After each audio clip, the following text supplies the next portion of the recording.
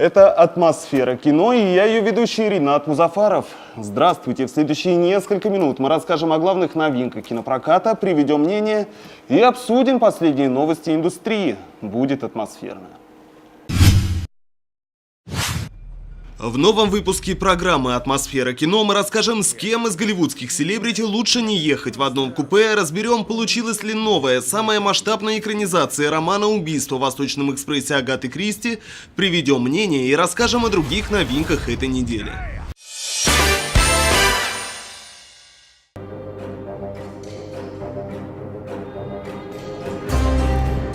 Обратите внимание на частности, мой друг, и вам откроется общая картина. Подлокотник был поднят, когда я вошел.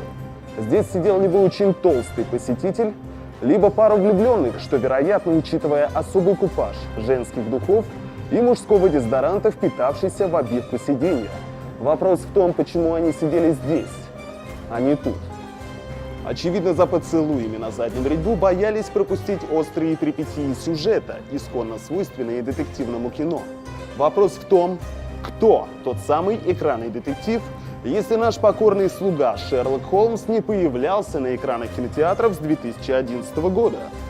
Забытая расческа с логотипом барбершопа целиком и полностью проливает свет на ситуацию. Эркюль Пуаро – кумир всех усачей и бородачей. Элементарно, мой друг, тем более, что мои умозаключения целиком и полностью подтверждает корешок билета, найденный мною у входа в кинозал. «Убийство в Восточном экспрессе» в объективе «Атмосферы кино».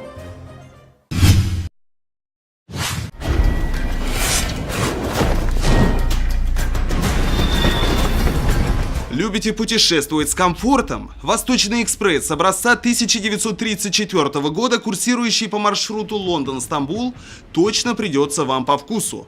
Новинка прошлой недели, повествующая об одном из самых стильных и загадочных убийств мировой детективной классики, перенесет нас в винтажные интерьеры прошлого века и предложит интересную компанию на пути дальнего следования. Есть нечто странное в том, что незнакомые люди вынуждены проводить многие дни вместе, хотя их объединяет лишь желание переместиться из одного места в другое и никогда больше не видеться. Это новая экранизация классического романа «Убийство в Восточном экспрессе» Агаты Кристи. Эркюль Пуаро, знаменитый на весь мир детектив, следует железнодорожным маршрутом в Великобританию почти безбилетником. Место в вагоне достается ему по старым связям. В компании еще 13, на первый взгляд, случайных пассажиров. И только появление сыщика среди них обретает свойство рокового фатума. Ведь очень скоро комфортабельный вояж оборачивается очередным вызовом для пытливого ума литературного гения. Один из пассажиров мертв. Его убили. Убийца находится в поезде среди нас. И все вы под подозрением. Что ж, надо найти убийцу. Сюжет сам по себе не нов и по большому счету уже знаком любому взыскательному ценителю детективного жанра. Главную интригу для современного зрителя составляет то, как именно будут блефовать маститые голливудские актеры, которых в этой картине собралось немало. Вы полагаете, его убили? Нет. Просто он ничем не болел, а вот враги у него были. Это верно, он был убит. Боже, убийство здесь?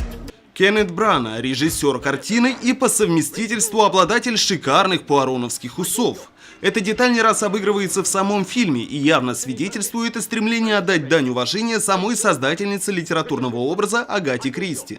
Посетив первую премьеру 1974 года, писательница отметила, что ей понравилось все, кроме скромных усов Альберто Финни. К роскошному атрибуту мужского туалета в свежей экранизации прибавился еще и неслабый актерский состав, насчитывающий сразу несколько голливудских исполнителей первой величины. Это и Джуди Денч, исполняющая роль русской графини, героиня «Новых звездных войн» Дейзи Ридли, блистательная Пенелопа Круз, Мишель Пфайффер и матерый Уильям Дефо. В моем купе ночью рылся какой-то мужчина.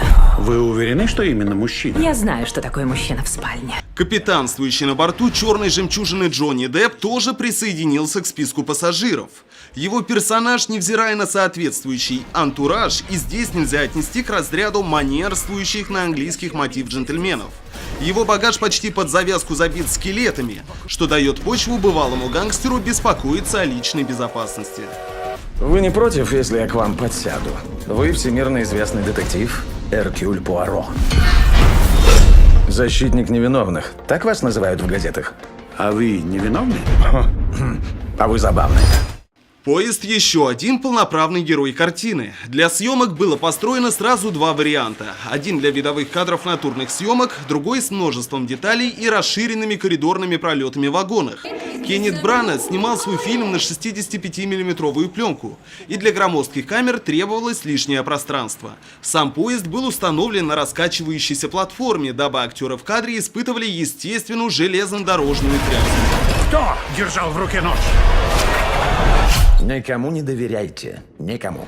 В результате свежая экранизация убийства в Восточном экспрессе представляет собой до приятного старомодный фильм, само собой осовремененный в разумных пределах. Картина уделяет особое внимание вменяемости сюжета и грамотной подаче его элементов, что выгодно выделяет фильм на фоне последних киноблокбастеров. А роскошные декорации и непровисающая динамика истории при этом позволяет нивелировать контраст с современной фантастикой и боевиками. Учитывая обилие в прокате последних, готовясь к новым адреналиновым вызовом ноябрьских премьер, этот фильм призван стать той самой терапевтической перезагрузкой светочувствительных рецепторов, абсолютно необходимой замыленному глазу современного зрителя. Настоящий убийца здесь. Это кто-то из вас. Вокруг одна сплошная ложь. Я лягу спать здесь, чтобы все видели меня. Покуда поезд не ушел, перейдем к нашей традиционной рубрике «Киномер» и охарактеризуем картину в следующих тезисах. К – красивое, И – интригующее, Н – насыщенное и О – очаровательное кино. Даже если вы уже знаете, кто убил мистера Рэтчета, пропускать новый фильм не стоит, хотя бы потому, что с таким размахом произведения Агаты Кристи не экранизировали еще никогда.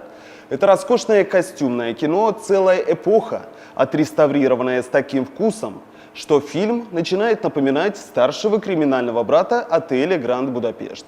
Переходим к другим новостям кино. Соскучились по супергероям киновселенной DC? Тогда получайте сразу порцию, даже с горкой: Бэтмен, Чудо-женщина, Флэш и вся компания. Сюжет таков. Брюс Уэйн, вдохновленный самопожертвованием Супермена, вновь обретает веру в человечество.